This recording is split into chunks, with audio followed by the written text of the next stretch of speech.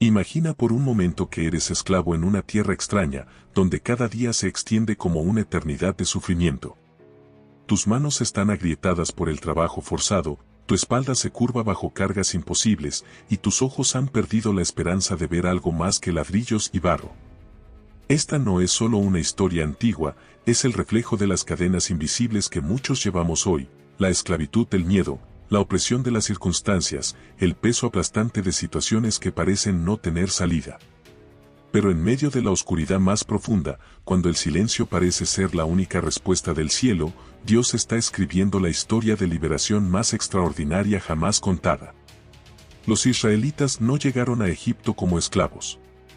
Llegaron como invitados honrados, protegidos por la influencia de José, quien había salvado a la nación de la hambruna. Pero los años pasaron, las generaciones cambiaron y un nuevo faraón subió al poder. Un faraón que no conocía a José, que no recordaba cómo este pueblo había sido una bendición para Egipto. Y con él llegó el miedo al crecimiento, el miedo al poder, el miedo a perder el control. ¿Cuántas veces hemos visto cómo el miedo transforma a las personas en opresores, cómo la inseguridad los lleva a construir muros en lugar de puentes? El faraón tomó una decisión que cambiaría la historia para siempre, convertir a los israelitas en esclavos. No fue un proceso gradual, fue una decisión deliberada de oprimir a un pueblo entero. Los puso bajo capataces crueles, los obligó a construir ciudades de almacenaje, los sumergió en una vida de miseria. Pero aquí descubrimos algo sorprendente, mientras más los oprimían, más se multiplicaban. Es como si Dios hubiera plantado en ellos una semilla de resistencia divina, una promesa que ni siquiera la esclavitud más brutal podía quebrar. Durante 400 años, generación tras generación, los israelitas clamaron al cielo. Madres lloraron por sus hijos, padres trabajaron hasta la muerte, ancianos murieron sin ver la libertad. Y durante todo ese tiempo, parecía que Dios permanecía en silencio. Pero el silencio de Dios no es indiferencia, es preparación. Mientras los israelitas sufrían en Egipto, Dios estaba preparando a un libertador en el desierto de Madián. Moisés había nacido en la esclavitud, pero creció en el palacio. Había conocido el privilegio y el poder, pero también había visto la injusticia de cerca. Un día, al ver a un egipcio golpeando a un israelita, algo dentro de él se quebró. Mató al egipcio y tuvo que huir, convirtiéndose en un fugitivo en el desierto. Allí, cuidando ovejas, Moisés pensó que su vida había terminado. Había pasado de príncipe a pastor, de influyente a invisible. Pero Dios estaba escribiendo una historia diferente. En el monte Horeb, mientras Moisés realizaba su rutina diaria, se encontró con algo que desafió toda lógica, una zarza que ardía pero no se consumía. Era hermosa, misteriosa, imposible. Cuando se acercó para investigar, escuchó una voz que cambiaría su vida para siempre: Moisés, Moisés. Era la voz de Dios, llamándolo por su nombre, convocándolo a la misión más grande de su vida. Dios le dijo: he visto la aflicción de mi pueblo en Egipto, he oído su clamor a causa de sus opresores, y he descendido para librarlos. No era que Dios finalmente se hubiera dado cuenta del sufrimiento de su pueblo. Él había estado viendo, escuchando, conociendo cada lágrima, cada gemido, cada oración susurrada en la oscuridad. Había llegado el momento perfecto para la liberación, y Moisés sería su instrumento. Moisés se resistió, como muchos de nosotros hacemos cuando Dios nos llama a algo grande. ¿Quién soy yo para ir a Faraón?, preguntó. Era la pregunta perfecta, porque la respuesta no estaba en quién era Moisés, sino en quién era Dios. Yo estaré contigo, le respondió el Señor. Esa promesa de la presencia divina era todo lo que Moisés necesitaba, aunque él aún no lo entendía completamente.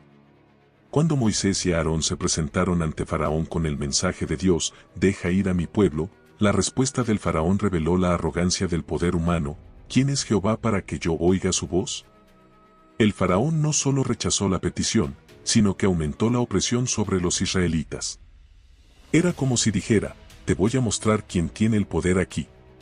Pero había desafiado al Dios equivocado. Lo que siguió fue una demostración sistemática del poder de Dios sobre todas las fuerzas de la naturaleza y todos los dioses de Egipto. 10 plagas cayeron sobre la tierra, cada una más severa que la anterior. El Nilo se convirtió en sangre, las ranas invadieron el país, los piojos cubrieron a hombres y animales, las moscas atormentaron a los egipcios, el ganado murió, úlceras cubrieron la piel, el granizo destruyó las cosechas. Las langostas devoraron lo que quedaba, y una oscuridad tangible cubrió la tierra durante 3 días. Pero Faraón endurecía su corazón después de cada plaga.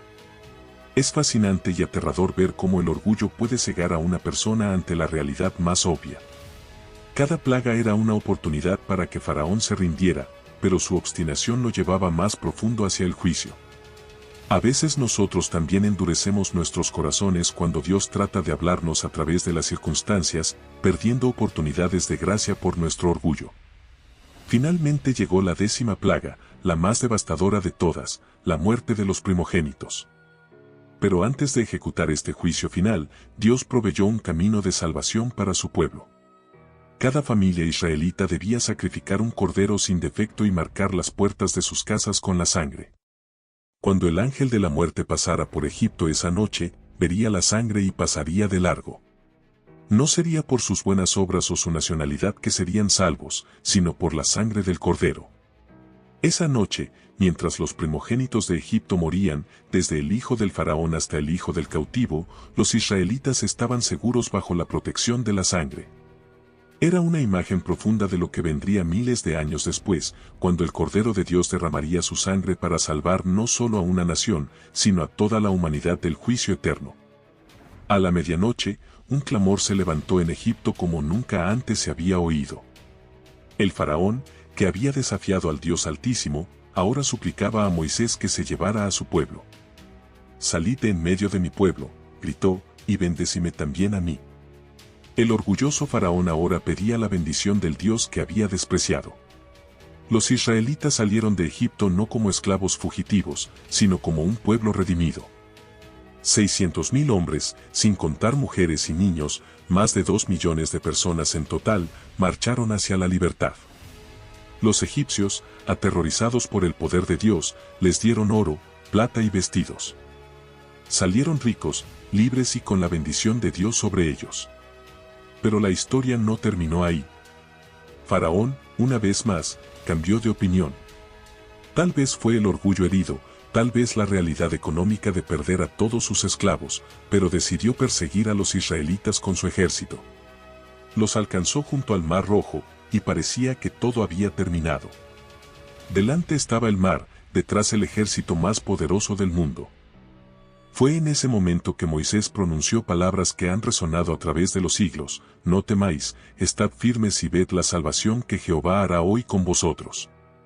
Entonces, por orden de Dios, Moisés extendió su vara sobre el mar, y durante toda la noche un viento recio del oriente dividió las aguas. Los israelitas cruzaron en seco, con las aguas como muros a su derecha y a su izquierda. Cuando los egipcios intentaron seguirlos, Dios cerró las aguas sobre ellos. El ejército que había perseguido a los israelitas desapareció para siempre. Era la victoria final, la liberación completa. Dios no solo había sacado a su pueblo de Egipto, había destruido el poder de sus opresores para siempre. En la orilla opuesta, Moisés y todo el pueblo cantaron un himno de victoria: «Cantaré yo a Jehová, porque se ha magnificado grandemente».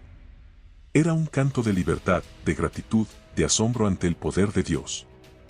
Miriam tomó un pandero y dirigió a las mujeres en danza y alabanza. Era un momento de pura alegría, el momento en que un pueblo esclavizado se convirtió en una nación libre.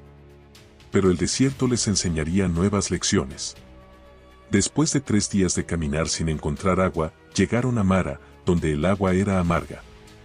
El pueblo que había visto dividirse el mar ahora se quejaba por el agua amarga.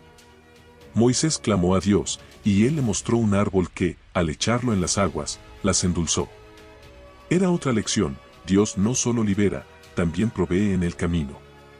Esta historia no es solo historia antigua, es tu historia. Cada uno de nosotros ha estado en Egipto, esclavizado por algo: el pecado, el miedo, las circunstancias, las voces que nos dicen que nunca seremos libres. Pero Dios escucha tu clamor, ve tu aflicción, conoce tu dolor. Él ha preparado tu liberación, y cuando llegue el momento perfecto, abrirá un camino donde parece que no lo hay. La sangre del Cordero Pascual apuntaba hacia la sangre de Cristo, el Cordero de Dios que quita el pecado del mundo. El cruce del Mar Rojo prefigura el bautismo, donde morimos al pecado y resucitamos a nueva vida. El cántico de Moisés anticipa el himno eterno que cantaremos cuando estemos para siempre libres en la presencia de Dios. Dios sigue siendo el mismo Dios del Éxodo. Él sigue escuchando, viendo, liberando. Tu situación puede parecer imposible, tu faraón puede parecer demasiado poderoso, pero el Dios que partió el Mar Rojo puede abrir camino en tu desierto. Confía en Él, porque su tiempo es perfecto, su poder es infinito, y sus promesas son fieles.